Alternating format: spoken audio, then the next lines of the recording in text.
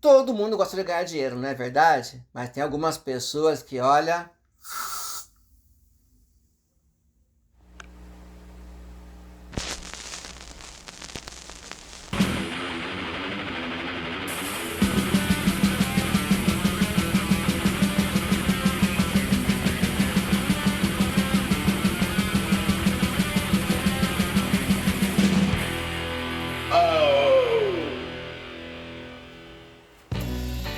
welcome back everybody, que bom que vocês estão aqui, mas caso seja a sua primeira vez, deixe-me apresentar. Eu sou esse aqui, é meu Mídia de Pântano, canal no qual eu falo sobre colecionismo, esse pequeno nicho da coleção de mídia física e outras coisas que deram na minha telha. Mas antes de eu falar sobre o assunto de hoje, aquele combinado de sempre, eu gostaria muito que você deixasse o like no meu canal, porque assim o YouTube vai sugerir meu canal para mais 5, 10 pessoas. A sua inscrição então vai ser algo muito mágico, que vai fazer com que meu canal seja entendido pelo YouTube como realmente importante, como relevante, e também que clique no sininho. Então, aquele combinado de sempre, sininho, inscrição e like. Então, como eu estava falando para vocês na introdução desse vídeo, muita gente gosta de ganhar dinheiro, todo mundo gosta de ganhar dinheiro, né? Claro. Mas tem gente que come mosca, e o que é realmente comer mosca? E caso você esteja assistindo o meu vídeo em inglês, eu vou explicar para vocês essa expressão idiomática que está na língua portuguesa, que é comer moscas. Comer mosca é você deixar passar uma oportunidade que está na sua frente, no seu colo, e por algum motivo você deixa passar, deixando de ter alguma vantagem sobre isso. Por que alguém iria comer mosca? Por várias razões. Eu separei para vocês aqui alguns artistas e também casos de gravadoras que comem moscas até hoje. E, claro, tem explicação, tem motivos deles, mas para nós que consumimos músicas, não faz muito sentido. Vou começar então falando sobre o grande e inimitável Tim Maia, um grande cantor e compositor brasileiro. Ele nos deixou muito cedo, ele tinha 55 anos, agora ele iria completar 80 anos, ele vivia uma vida muito desregrada, ele estava muito acima do peso dele. E aconteceu que na década de 70 ele já tinha gravado 3 ou 4 discos, ele já tinha material pronto para mais 2 discos, pelo menos as músicas estavam prontas. E aí então foi apresentado a ele uma seita chamada Cultura Racional, que ele começou a gostar, começou a frequentar. Só que para poder seguir essa seita, ele teve que abdicar de várias coisas do estilo de vida dele daquela época, que era comer carne vermelha, fumar, beber, interações carnais, você sabe do que eu estou falando, e também utilizar substâncias ilícitas, você também sabe do que eu estou falando. Essa mudança radical na vida dele fez com que ele perdesse dezenas de quilos, ele perdeu bastante peso, e a sua voz ficou muito potente, ficou mais cristalina. E aí então ele pegou aquelas músicas que já estavam prontas e ele fez letras que hoje a gente não consegue, sei lá, né? A gente escuta isso, não faz muito sentido pra gente, mas ele fez letras falando sobre aquela seita da cultura racional. E aí então isso foi na década de 70. Aí ele gravou 2 discos, que foi o Tim Maia Racional 1, Tim Maia Racional 2. A gravadora dele naquela época não aceitou lançar aquele material por causa da capa e do teor das letras, e então o Tim Maia resolveu lançar esse material de forma independente. Na verdade, acho que foi o primeiro artista independente do Brasil a fazer isso. Acontece que passado um tempo, cerca de 1 ano e meio mais ou menos, ele resolveu sair dessa seita. Ele descobriu algumas coisas que estavam acontecendo lá que não o agradou, e ele saiu da seita. E aí então ele ficou com raiva daqueles discos, ele começou a recolher todos os discos que estavam nas lojas, já não estava vendendo muito bem porque os fãs não queriam saber de mensagens de seitas e assim, mas ele recolheu todos os discos e destruiu os discos. Então quem comprou e tem os discos não vende, e agora quando você acha o original tá em situações assim horríveis, né, com falta de cuidado. Então, e aonde que está o lance de comer mosca? Na minha opinião, quem está comendo mosca não é a gravadora dele, porque era uma gravadora independente, mas seria talvez o dono do espólio do Tim Maia, a família dele. Porque esse material do Tim Maia Racional nunca realmente viu a luz do dia numa forma em massa. E aí então existe uma lenda que o próprio Tim Maia destruiu as masters originais desse disco, por isso que não é lançado. Então, há controvérsias pelo seguinte: em 2011, a editora Abril lançou um box do Tim Maia com a discografia dele, e nesse box continha tanto o Tim Maia Racional 1 quanto o Tim Maia Racional 2, e como brinde o último álbum seria o Tim Maia Racional 3, que era um álbum não finalizado pelo ator, pelo artista, que é considerado como um EP. Então, veja só, se a Editora Abril lançou isso oficialmente, quer dizer que as masters deveriam existir. Então, essas masters estão em algum lugar. E uma outra coisa também, esse material do Tim Maia Racional você consegue encontrar para ouvir no Spotify. Se você for lá, você vai encontrar Tim Maia Racional 1 e 2, e se você descer um pouco o menu do Spotify, na parte de EP, está lá o Tim Maia Racional 3, que é considerado um EP. Então, ou seja, eu acho que esse material existe sim, com as masters originais, mas por algum motivo não é lançado. Então eu acho que é uma grande mosca sendo comida pelo dono do espólio do Tim Maia. E eu acho que muita gente gostaria de comprar esse material. Quem está ganhando? A pirataria. Inclusive esse disco é encontrado até mesmo no Japão, é lançado no Japão em vinil, totalmente pirata, sem autorização do espólio do Tim Maia, e também no Brasil você encontra os CDs também de uma forma pirata. Claro, tem gente que não liga de comprar CD pirata, e eu não compro, tá? Eu compro bootleg, tudo bem, mas o CD pirata eu não compro, um dia eu falo sobre isso daí. Tá? Eu acho que quem compra CD pirata não é otário, mas estão fazendo ele de otário, eu acho isso, né? E a pessoa está aceitando. Pois bem, então eu acho que uma das grandes moscas comidas pela indústria fonográfica é desse material do Tim Maia não ter sido relançado de alguma forma, que as pessoas possam comprar uma edição original. Essa é a minha opinião. Falando também em música brasileira, uma outra grande mosca comida até hoje é a discografia da Legião Urbana. Vou explicar para vocês. A Legião Urbana, goste você ou não, é uma das bandas mais importantes no Brasil. E teve todos os discos lançados no Brasil, alguns são mais raros, outros nem tanto. E você consegue encontrar se você procurar um pouco. Só que em 2015, a gravadora Universal Music lançou esse CD aqui, que é o primeiro CD da Legião Urbana, mas numa versão deluxe, que tem todos os bônus da época, tem um livreto dentro, tem uma versão ao vivo. Quando lançaram isso daqui, eu pensei, agora vai. Agora, cada vez que um álbum da Legião fizer aniversário, eles vão lançar uma versão deluxe. O que aconteceu então? O herdeiro do Renato Russo, ele começou a criar problemas enormes com os membros remanescentes da Legião Urbana, e todos os lançamentos que iam sair foram impedidos. Então não tem nada saindo da Legião Urbana, apenas tem o que já saiu, e não tem edições especiais. Isso daqui, pessoal, é praticamente nível padrão de CD gringo deluxe. É assim, muito respeitado mesmo. Assim, se você tem, guarde. Mas deveria sair isso daqui também dos outros materiais da Legião Urbana, mas nada mais sai. Então eu acho que é uma mosca enorme sendo comida, mas por causa do herdeiro do Renato Russo, que ele deveria parar com isso daí, todo mundo ganharia. A gravadora venderia mais, ele, o herdeiro do Renato Russo, ia ganhar uma grana, os membros remanescentes também ganhariam, e nós teríamos acesso a vários material da Legião que ainda está inédita, a shows completos assim, que a gente não vai conseguir ver por causa desse problema todo que tem nessa começão de mosca. Muito bem, então agora eu vou passar para uma banda estrangeira, uma das minhas bandas favoritas, que eu até hoje não consigo entender o porquê dessa começão de mosca. Então é sobre Judas Priest. O Judas Priest, ele, quando o Rob Halford resolveu sair da banda para encarar sua carreira solo, mas ele saiu meio perdido, ele começou a tirar para tudo quanto é lado, ele montou aquela colaboração Two, e também ele montou o Fight, depois foi para o Halford, e enquanto isso ele estava tentando se encontrar, o Judas Priest contratou o então jovem desconhecido Tim Ripper Owens para ser o novo vocalista do Judas Priest, e ele honrou muito bem a bandeira do Judas Priest. Então o material que ele gravou, que consta de dois álbuns. Deixa eu ver se eu tenho aqui para mostrar para vocês.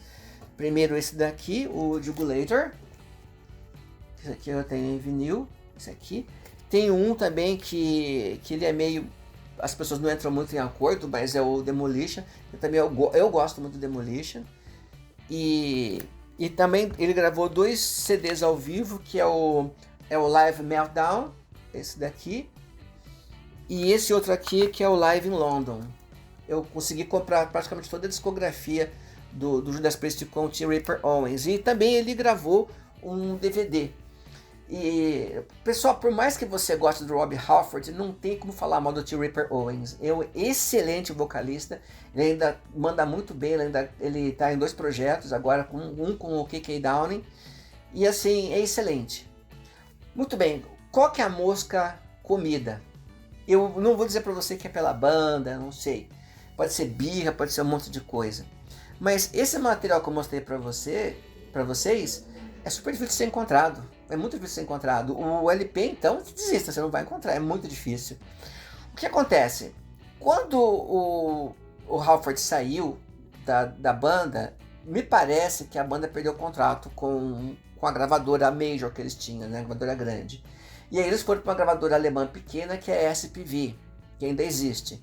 E então esse material que eu mostrei para vocês saiu pela SPV. Acontece que depois que o Rob Halford resolveu voltar e demitiu por e-mail o Ripper Owens, esse material caiu no limbo. Não é feito mais, você não encontra para comprar. O Rob Halford não cantar material do T. Ripper Owens, eu entendo, tá? Porém, há controvérsias, porque o próprio Bruce Dickinson ele canta material da época do Blaze Bayley, por que não? Mas o Rob Halford se recusa a cantar qualquer coisa da época do T. Ripper Owens. E esse material do Ripper caiu no limbo total. Você não compra e você não acha nem mesmo no Spotify. Eu fui olhar hoje, não tem nada da época do T. Ripper Owens.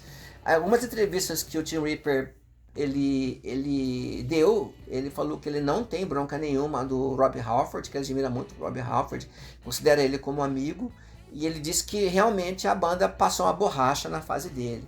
Né? Nós fãs consideramos pra caramba o Tim Ripper, não vamos esquecê-lo nunca, a participação que ele teve. Quando foi entrevistado o baterista do Judas Priest, primeiro ele falou assim que isso era coisa do Rob Halford, desse material não tá disponível. Depois ele tentou ser meio político, sabe? Ele saiu um pouco da conversa e tal. Mas eu acho que isso tem a ver com o Rob Halford. Mas eu acho que isso é uma mosca enorme sendo comida, porque quem detém os direitos desse material devia estar lançando isso daí de alguma maneira. Eu acho que quem tem direito é a SPV, a gravadora alemã, mas eles não lançam nada, não sei se porque eles não querem encrenca com a banda. A banda também não faz um acordo com a SPV para relançar isso daí. Nenhum material é gravado, é lançado. Então é um mistério total. Mas eu acho que é uma grande mosca sendo comida, porque com certeza isso ser muito bem aproveitado pelos fãs do Judas Priest. O que você acha? Falando em banda grande, agora vamos mexer nas emoções, nas paixões de cada um de vocês. Iron Maiden, a Donzela de Ferro. A Donzela de Ferro come 2 moscas do tamanho do Moby Dick. Pessoal, 2 moscas enormes mesmo. E não importa o quanto que você seja fã chita do Maiden, você vai concordar comigo. Muito bem. Primeiro, né, deixa eu pegar aqui a minha colinha e coloquei algumas datas aqui. Bem, a Castle Records lança na década de 90, na metade da década de 90, os 9 primeiros álbuns da Donzela em CDs duplos, que são esses daqui. Um dia eu faço um vídeo mostrando cada um deles para vocês, tá? E esses CDs aqui vem com esse Obi aqui, então são todos CDs duplos. E o segundo CD, ele contém os singles de cada álbum, tá? Estamos falando desde o primeiro Iron Maiden até o Fear of the Dark. Então todos os singles estão lá com os lados B. É tão bem feito que, por exemplo, se não me engano, o The Number of the Beast o CD2 só tem 2 faixas. Eles separaram. Então o que for lado B vai no disco 2. Então, não é um disco remasterizado, tem aqueles som assim que nos leva ao vinil da década de 80, etc. Eu gosto pra caramba disso daqui. Então, o que acontece? Isso aqui lançaram apenas em uma prensagem. Se não me engano, tem uma prensagem, isso aqui é a prensagem europeia. Tem a prensagem europeia e tem a prensagem americana. A prensagem norte-americana é diferente, não vem esse oube, vem um adesivo aqui. E simplesmente desapareceu. Desapareceu. Lançaram realmente uma prensagem, desapareceu. Pessoal, tô falando da década de 90, hein? Acho que isso aí deve ser 95, isso daí. E acontece que desapareceu completamente. E se você quiser comprar algum desses CDs, você vai ter que pôr a mão fundo no bolso. Você vai achar picado um aqui, um ali, mais no eBay. Mas assim, na minha opinião, uma banda como Maiden tem todo o catálogo deles na mão deles. Eles poderiam muito bem relançar isso pelo menos mais uma vez, né? Não sei, pelo menos remasterizado, põe aquele CD remasterizado lá e que tem Digipack, coloca aqui por CD extra. Eu tenho certeza que você, se você não tiver isso aqui, você ia comprar, não é verdade? Então eu acho que é uma grande mosca que o Maiden come de não relançar esse material aqui. Mas tem uma mosca maior ainda, que eu separei aqui para vocês, que é o box set The First 10 Years, que foi lançado em 1990. Esse box set The First 10 Years é uma edição comemorativa que tem em duas versões. Tem a versão em CD e a versão em vinil. A versão em CD, se não me engano, são 10 CDs. Tem todo o material do Maiden, assim, dos singles do Maiden e mais o lado B. E em vinil, esse aí nossa, essa aí é de cair o queixo. A versão em vinil são 10 discos duplos, gatefold, e tem todas as capas originais da arte do Derek Riggs. Tem Purgatory, tem Women Uniform, e ali tá ali, essas capas duplas e todos os lados B, né, e os singles.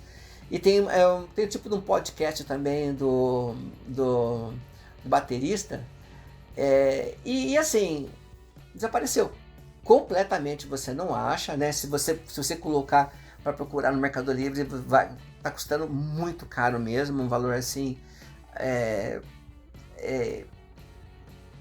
escandaloso de caro. Mas assim, eu tenho certeza que esse daí todo fã do Maiden gostaria de ter.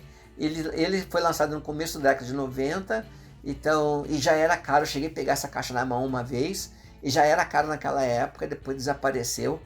E mesmo se você tentar comprar isso daí picado no Discogs, também é caríssimo, né? Porque vai vir sem um box também.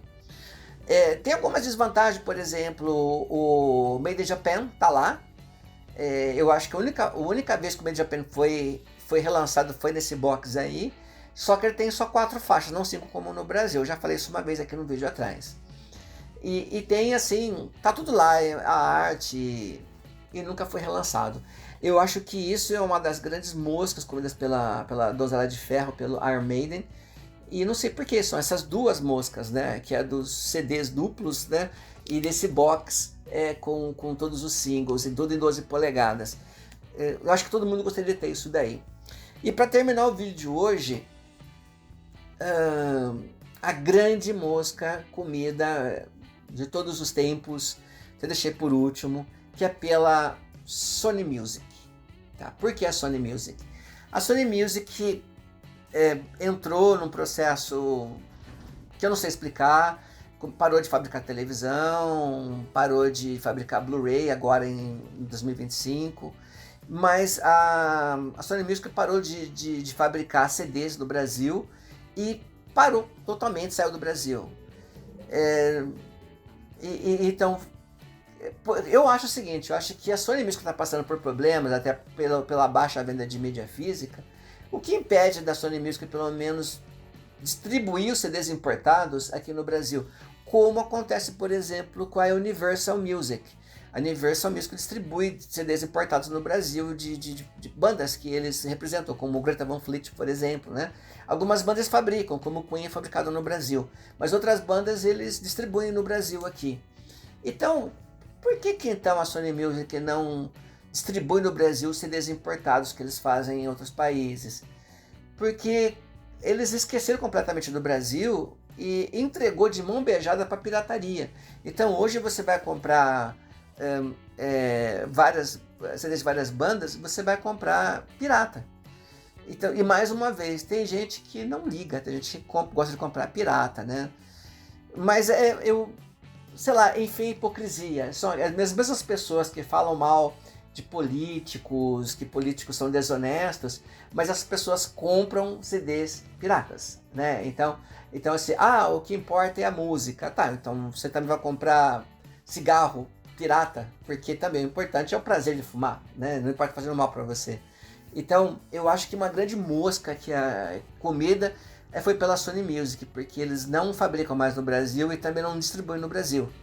E quem tá tomando vantagem sobre isso daí, levando vantagem, é a pirataria, que está distribuindo CDs aqui no Brasil. Eu já vi muita gente reclamando sobre a qualidade dos encartes, etc. Tem gente que não liga, né? Tem gente que finge que tá tudo bem, mas, brother, não tá agregando nada na sua coleção. Você tá pegando um CD que não vale nada. Você tá pagando 30 conto no CD que você não pode vender. E vai pro lixo. Se você comprar um original, você vai vender que vai pro lixo. Põe isso na sua cabeça, né? Fora que vai saber para onde tá indo esse dinheiro, né? Vai para onde tá indo esse dinheiro. Então, e uma outra coisa que eu percebi também, que a Sony Music, volta e meia, eles fazem uma propaganda nas redes sociais para você acessar playlists no Spotify. Pessoal, cada vez que vocês virem uma mensagem da Sony Music no seu Instagram, vai lá e comente, queremos mídias físicas. Porque eles podem fazer, eles podem mandar para o Brasil. Tudo bem que vai mandar por 70, 80 reais, mas você compra uma mídia física original, certo? Mas então, para mim, são essas as grandes moscas comidas, né, que eu consegui me lembrar, consegui separar. Claro que eu deixei para trás um monte de mosca que vocês vão comentar aí. E vou deixar para vocês duas perguntas para a gente fazer aquele bate-papo, né? A primeira pergunta é o seguinte: desses que eu comentei aqui, qual que você acha que é a pior mosca engolida? É a do Tim Maia, a da Legião Urbana, da discografia da Legião Urbana, do Judas Priest da fase T. Reaper Owens, as duas moscas do Maiden, que é o do CD duplo e do box de 10 anos, ou da Sony Music, que simplesmente largou tudo na mão dos piratas. Coloque nos comentários. E a segunda pergunta é a seguinte: qual mosca que você está pensando desde o começo desse vídeo que você queria comentar, que a gravadora ou a banda está comendo, mas está comendo bem engolido mesmo, assim, sem tomar nenhum líquido nem nada? Coloque nos comentários, eu quero muito ver o seu comentário e pra gente conversar um pouquinho depois. Então, mais uma vez, obrigado por ter visto esse vídeo, e não se esqueça de colocar o seu like e também deixar sua inscrição, que é uma inscrição mágica, e também clique no sininho e até o próximo vídeo, e a gente conversa aqui nos comentários.